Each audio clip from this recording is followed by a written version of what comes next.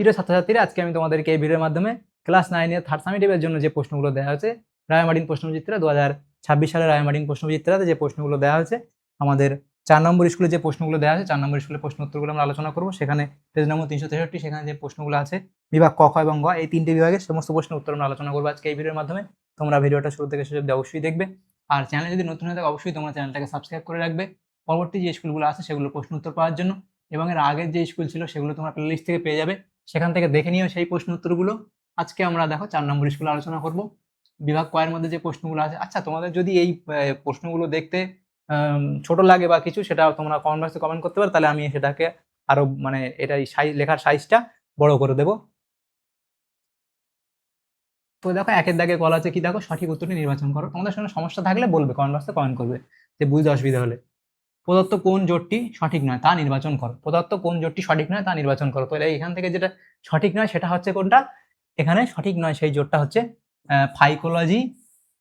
এটা হচ্ছে দেখো, হ্যাঁ, ফাইকোলজি ছত্রাক সম্পর্কিত বিদ্যা। তাহলে এটা তোমাদের সঠিক নয়।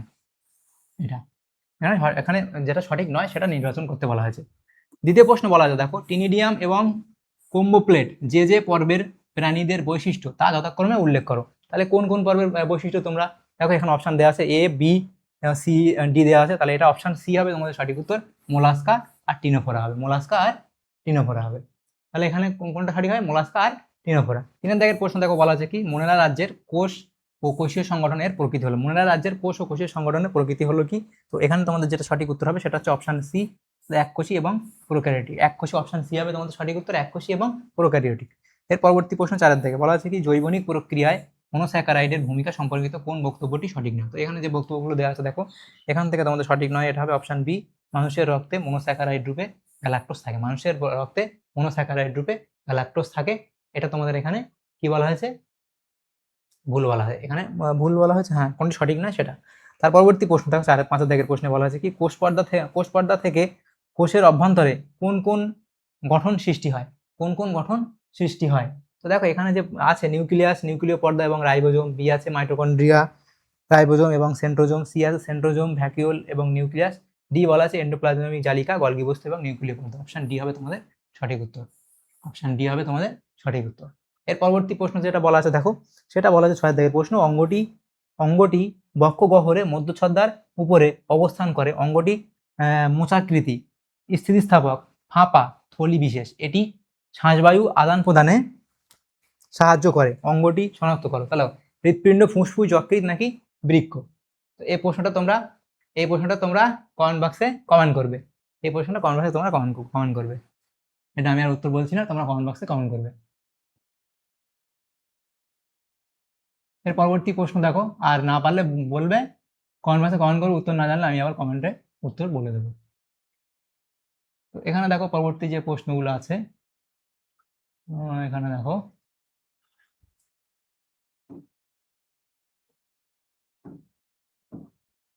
দেখো 7 দাগের প্রশ্ন বলা আছে, সালোক সংশ্লেষ প্রক্রিয়ায় কি ধরনের শক্তি রূপান্তর ঘটে। সালোক সংশ্লেষ প্রক্রিয়ায় কি ধরনের শক্তি রূপান্তর ঘটে? দেখো, আলোক শক্তি থেকে তাপ শক্তি, থেকে তারপর রাসায়নিক শক্তি, নাকি আলোক শক্তি রাসায়নিক শক্তি তারপর খাদ্য মধ্যস্থ স্থৈতিক শক্তি, নাকি রাসায়নিক শক্তি তারপর স্থৈতিক শক্তি আলোক শক্তি, এভাবে যেগুলো দেওয়া আছে তোমাদের এখানে সঠিক তাহলে কোনটা হবে? এখানে তোমাদের যেটা সঠিক উত্তর হবে আলোক শক্তি রাসায়নিক শক্তি। সেখান থেকে তাহলে যে আলোক শক্তি, রাসায়নিক শক্তি, আলোক শক্তি, রাসায়নিক শক্তি, তারপরে খাদ্য মধ্যস্থ স্থৈতিক শক্তি। তাহলে এখানে অপশন বি হবে তোমাদের সঠিক উত্তর। অপশন বি হবে তোমাদের সঠিক উত্তর, যে আলোক শক্তি, তারপরে হচ্ছে রাসায়নিক শক্তি, তারপরে হচ্ছে এখানে খাদ্য মধ্যস্থ স্থৈতিক শক্তি। তাহলে এটা অপশন বি হবে সঠিক উত্তর। পরবর্তী প্রশ্ন থেকে 8 দাগে বলা আছে, ক্ষুদ্রান্তের প্রথম অংশের নাম কি? ক্ষুদ্রান্তের প্রথম অংশের নাম কি? তাহলে কোলন, ডিওডিনাম, জেজুনাম নাকি ইলিয়াম? ক্ষুদ্রান্তের তাহলে এটা কোনটা হবে? সেটা হবে ডিওডিনাম, অপশন বি, অর্থাৎ ডিওডিনাম। এর পরবর্তী প্রশ্ন বলা আছে কি, অ্যালার্জি প্রতিরোধ করে যে শ্বেত রক্তকণিকা তার নাম। তাহলে অ্যালার্জি প্রতিরোধ করে যে শ্বেত রক্তকণিকা তার নাম। এখানে দেখো অপশন কটা অপশন দিয়েছে, অ্যালার্জি প্রতিরোধ করে যে অপশনগুলো দিয়েছে দেখো, এখানে বেসোফিল, ইওসিনোফিল, নিউট্রোফিল আর মোনোসাইট। তাহলে এখানে কোনটা হবে? এখানে তোমাদের হবে ইওসিনোফিল, অপশন বি হবে সঠিক উত্তর, ইওসিনোফিল। তার পরবর্তী যে প্রশ্ন আছে দেখো, এখানে কি বলা হয়েছে, পরবর্তী প্রশ্ন বলা হয়েছে, সজীব কিন্তু নিষ্ক্রিয় বা দুর্বল ভাইরাস থেকে প্রস্তুত একটি টিকা হলো ডিপথেরিয়া হাম ও টাইফয়েডের টিকা, নাকি বি বলা আছে হামের টিকা, নাকি সি বলা আছে ওরাল পোলিও ভ্যাকসিন, আর এখানে ডি বলা আছে বিওসি উভয়ই। তাহলে এখানে তোমাদের কোনটা সঠিক উত্তর হবে দেখো, এখানে তোমাদের যেটা সঠিক উত্তর হবে সেটা হচ্ছে অপশান বিওসি উভয়ই, অপশান বিওসি উভয়ই। এর পরবর্তী প্রশ্ন বলা আছে দেখো, সেটা হচ্ছে লগ জ এই উপসর্গটি কোন উপসর্গটি যে রোগের সেটি হলো। তাহলে এটা কোন কোন রোগের উপসর্গ লগ জ, সেটা তোমরা এখানে লিখতে হবে। এটা হচ্ছে টিটেনাস, অপশান সি হবে সঠিক উত্তর, অর্থাৎ টিটেনাস। এর পরবর্তী প্রশ্ন দেখো যেটা বলা আছে সেটা এখানে দেখো, এখানে আছে পরবর্তী প্রশ্ন, সেটা হচ্ছে রক্তের সিরামে যে অ্যান্টিবডির পরিমাণ সব থেকে বেশি থাকে তা হলো আইজিজি, আইজিডি, নাকি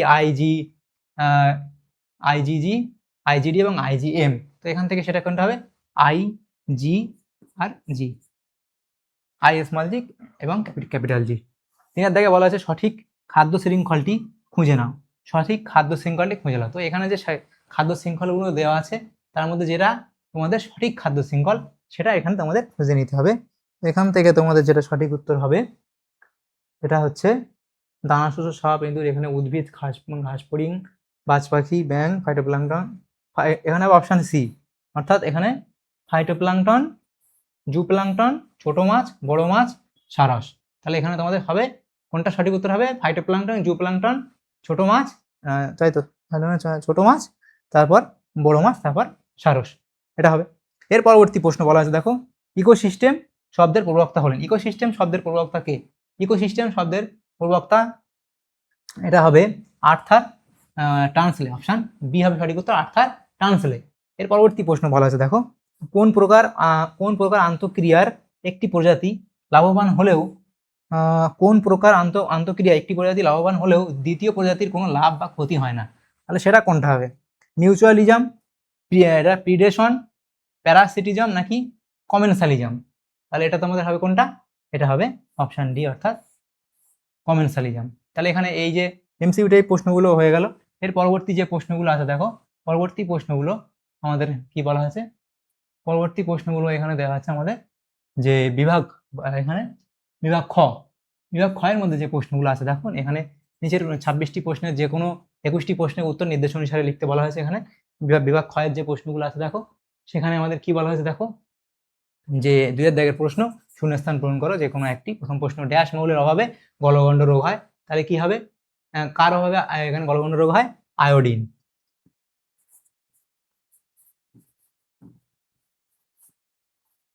আয়োডিন মৌলের অভাবে গলগণ্ড রোগ হয়, এটা তোমরা লিখলে। এর পরবর্তী প্রশ্ন কি বলা দেখো, মহাকাশযানে অক্সিজেন সরবরাহকারী এককোষী শৈবাল হলো। মহাকাশযানে অক্সিজেন সরবরাহকারী এককোষী শৈবাল হলো কি? সেটা হবে ক্লোরেল্লা।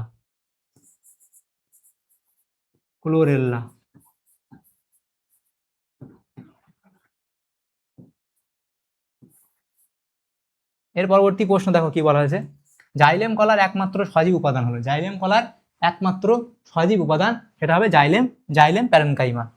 তাহলে সেটা লিখবে কি? Xylem parenchyma. তাহলে সেটা লিখবে জাইলেম প্যারেনকাইমা।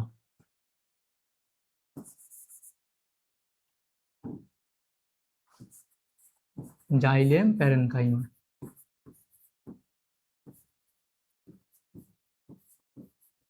পরবর্তী প্রশ্ন দেখো, এটা হলো জাইলেম প্যারেনকাইমা। পরবর্তী প্রশ্ন, ড্যাশ গাছের সূচাকার পাতায় বাষ্পমোচন কম হয়। ড্যাশ গাছের সূচাকার পাতায় বাষ্পমোচন কম হয়। তো তোমরা এটা এখানে পাইন লিখতে পারো।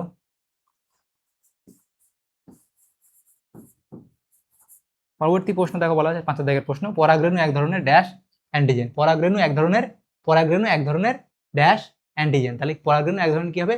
বহিরাগত অ্যান্টিজেন। পরাগরেণু এক ধরনের বহিরাগত অ্যান্টিজেন। পরাগরেণু এক ধরনের বহিরাগত পরাগরেণু এক ধরনের বহিরাগত অ্যান্টিজেন। বহিরাগত অ্যান্টিজেন। এরপরে আছে দেখো, কোন অঞ্চল থেকে জীবের স্থায়ীভাবে গমনকে ড্যাশ বলে। কোনো অঞ্চল থেকে জীবের স্থায়ীভাবে গমনকে ড্যাশ বলে। তাহলে কি বলে? একে বলা হয় ইমিগ্রেশন বলা হয়। ইমিগ্রেশন, ইমিগ্রেশন, ইমিগ্রেশন, তাহলে এটা হবে ইমিগ্রেশন বলে। এটা ইমিগ্রেশন স্পেলিংটা, এটা ইমিগ্রেশন, ইমিগ্রেশন বলে। তার পরবর্তী প্রশ্ন 3 দেখে, নিচের বিবৃতিগুলির সত্য অথবা মিথ্যা হিসাবে নিরূপণ করো, যে কোনো 5টি। প্রথম প্রশ্ন বলা আছে দেখো, সিলভার ফিশ একটি মিষ্টি জলের মাছ। সিলভার ফিশ একটি মিষ্টি জলের মাছ, তাহলে এটা কি হবে? এটা এখানে ভুল বলা হয়েছে। পরবর্তী প্রশ্ন বলা আছে দেখো, প্লাজমোডিয়াম ম্যালেরিয়া প্রোটোজোয়া সাধারণত প্লেগ রোগের জন্য দায়ী। এটা এখানে তোমাদের ভুল বলা হয়েছে। তার পরবর্তী যে প্রশ্ন আছে দেখো কি বলা হয়েছে। পরবর্তী প্রশ্ন দেওয়া আছে 3 দাগের প্রশ্ন, অ্যাওটিক কপাটিকা ডান নিলয় ও ফুসফুসীয় ধমনীর সংযোগস্থলে অবস্থিত। এটা এখানে তোমাদের ভুল বলা হয়েছে। তার পরবর্তী প্রশ্ন কি বলা আছে দেখো, পরবর্তী প্রশ্ন বলা আছে, খাদ্য শৃঙ্খলের প্রতিটি ট্রফিক লেভেলে সঞ্চিত শক্তি 90% দেহ গঠনের কাজে লাগে। তাহলে এটা কি ঠিক বলা হয়েছে? 90% কাজে লাগে বলছে, তাহলে এটা এখানে ভুল বলা হয়েছে। তার পরবর্তী প্রশ্ন বলা আছে দেখো, লিনিয়াস প্রবর্তিত 7 ধাপ বিশিষ্ট হায়ারার্কির অন্তিম ধাপটি হলো প্রজাতি। তো এখানে এটা সত্য বলা হয়েছে। তো দেখো এখানে 6 দাগের যে প্রশ্ন, সেটা হচ্ছে প্যারেনকাইমা কলার কোষগুলি নিউক্লিয়াস বিহীন। এটা এখানে আমাদের ভুল বলা হয়েছে। তাহলে এখানে যে ঠিক ভুল ছিল সেগুলো হলো, আগে সেটা যখন আমি করছিলাম তখন লাইট চলে গেছিল। তো এর পরেরটা তোমরা দেখে নেবে। এর পরের প্রশ্নগুলো কি আছে দেখো।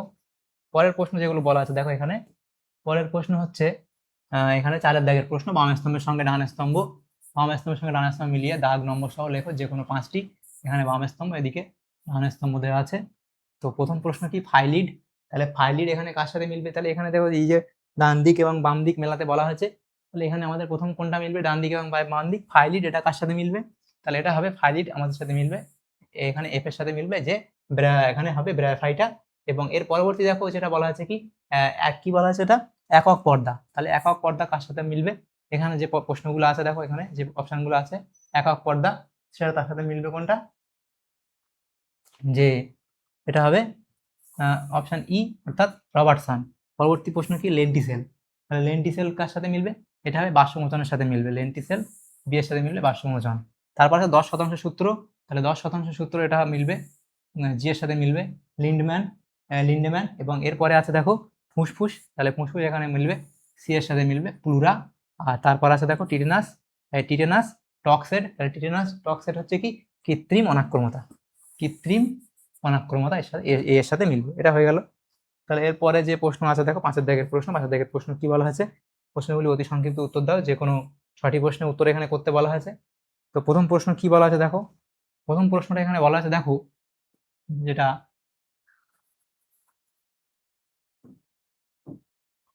প্রথম প্রশ্ন এখানে দেখো বলা আছে কি, যে বেমানান শব্দটি খুঁজে বের করে লেখো। তাহলে বেমানান শব্দটি খুঁজে বের করে লিখতে বলা হয়েছে। তো প্রথম দেখো এখানে যে বেমানান শব্দটি বলা আছে কি, বৃক্ষ গোবিনী মূত্রাশয় আর অগ্নাশয়। তাহলে বৃক্ষ গোবিনী মূত্রাশয় আর অগ্নাশয়, এর মধ্যে যেটা এখানে আলাদা হবে সেটা তোমাদের লিখতে বলা হয়েছে। দেখো বৃক্ষ গোবিনী মূত্রাশয় আলাদা হবে, অগ্নাশয় আলাদা হবে। পরবর্তী প্রশ্ন, প্রথম জোটটির সঙ্গে সম্পর্ক বুঝে দ্বিতীয় জোটটির শূন্যস্থানে উপযুক্ত শব্দ বসা। তাহলে দেখো লিপোকন্ড্রিয়া গলগি বস্তু, এখানে আছে কি কন্ড্রিওজোম। তাহলে এখানে শূন্যস্থান, কন্ড্রিওজোম এখানে শূন্যস্থান দেওয়া আছে, তাহলে হবে কি মাইটোকন্ড্রিয়া। তাহলে এটা হবে কি মাইটোকন্ড্রিয়া।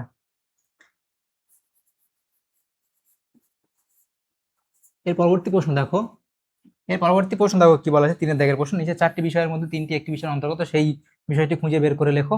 তাহলে জৈব পদার্থপূর্ণ প্রোটোসেল, তারপর আছে বিভাজন ক্ষমতাযুক্ত আর প্রাথমিক প্রোটোপ্লাজমীয় পদার্থ।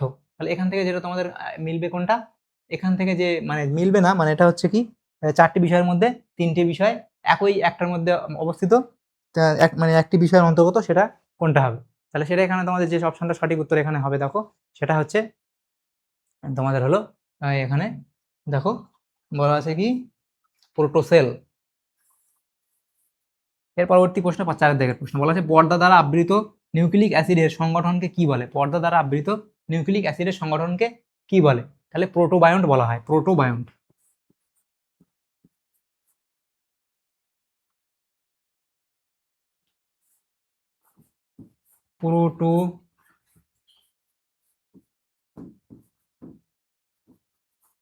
প্রোটোবায়ন্ট, তাহলে কি বলা হয়? প্রোটোবায়ন্ট বলা হয়। তার পরবর্তী প্রশ্ন, কোন কোষীয় অঙ্গাণু শুক্রাণুর অ্যাক্রোজোম গঠনে সহায়তা করে? কোন কোষীয় অঙ্গাণু শুক্রাণুর অ্যাক্রোজোম গঠনে সহায়তা করে? তাহলে এখানে কোনটা হবে? এটা হবে তোমাদের, এটা হবে গলগি বস্তু।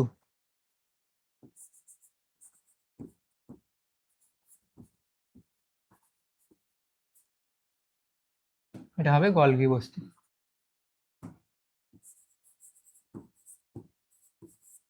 এর পরবর্তী প্রশ্ন কি, বৃক্ক কিভাবে লোহিত রক্তকণিকা উৎপাদনে সাহায্য করে? বৃক্ক কিভাবে লোহিত রক্তকণিকা উৎপাদনে সাহায্য করে? তাহলে এটা তোমরা লিখবে কি জানো? এটা লিখবে বৃক্ক কিভাবে লোহিত রক্তকণিকা উৎপাদনে সাহায্য করে। তাহলে লিখবে তোমরা লিখবে বৃক্ক এরিথ্রোপোয়েটিন নামক হরমোন উৎপাদন করে অস্থিমজ্জাকে উদ্দীপিত করার মাধ্যমে লোহিত রক্তকণিকা উৎপাদনে সাহায্য করে। এটা তোমরা এভাবে লিখবে। আর এর পরবর্তী প্রশ্ন থাকো যে বলা আছে, যে পদ্ধতিতে অ্যান্টিবডি বাইরে আবরণী সৃষ্টি করে অ্যান্টিজেনকে ধ্বংস করে তাকে বলে প্রশমন বলা হয়।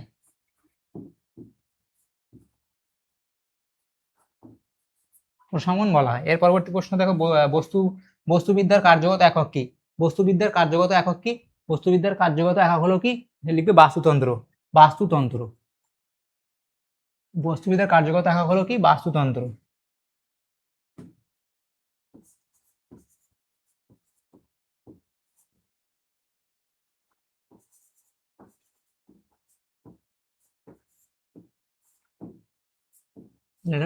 বাস্তুতন্ত্র। এর পরবর্তী যে প্রশ্নগুলো আছে দেখো, পরবর্তী প্রশ্নগুলো কি বলা হয়েছে? পরবর্তী প্রশ্নগুলো বলা হয়েছে দেখো, যে বিভাগ গ এর মধ্যে যে প্রশ্নগুলো আছে সেগুলো আমরা নেক্সট পেজে আলোচনা করব।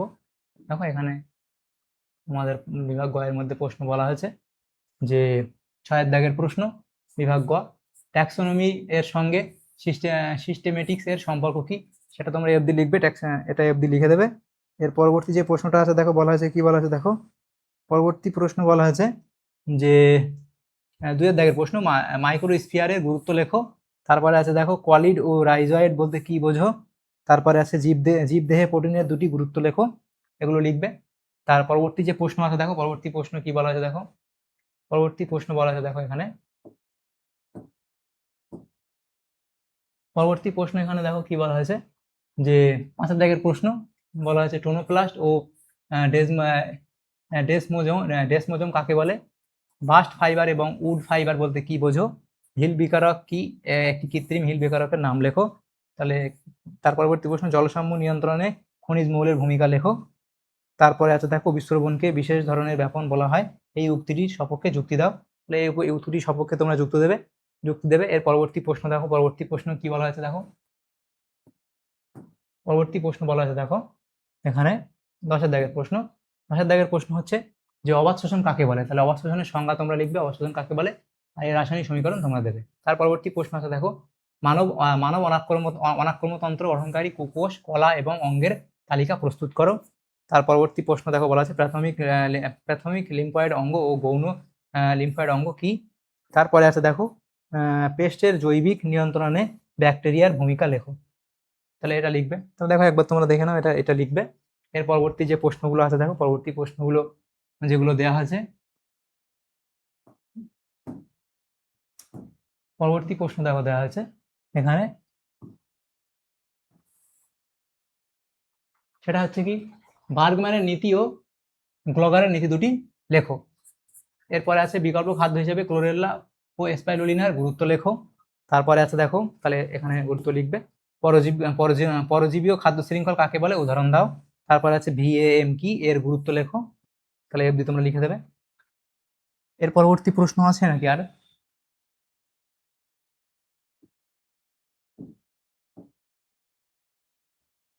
এখানে এই প্রশ্নগুলোই ছিল।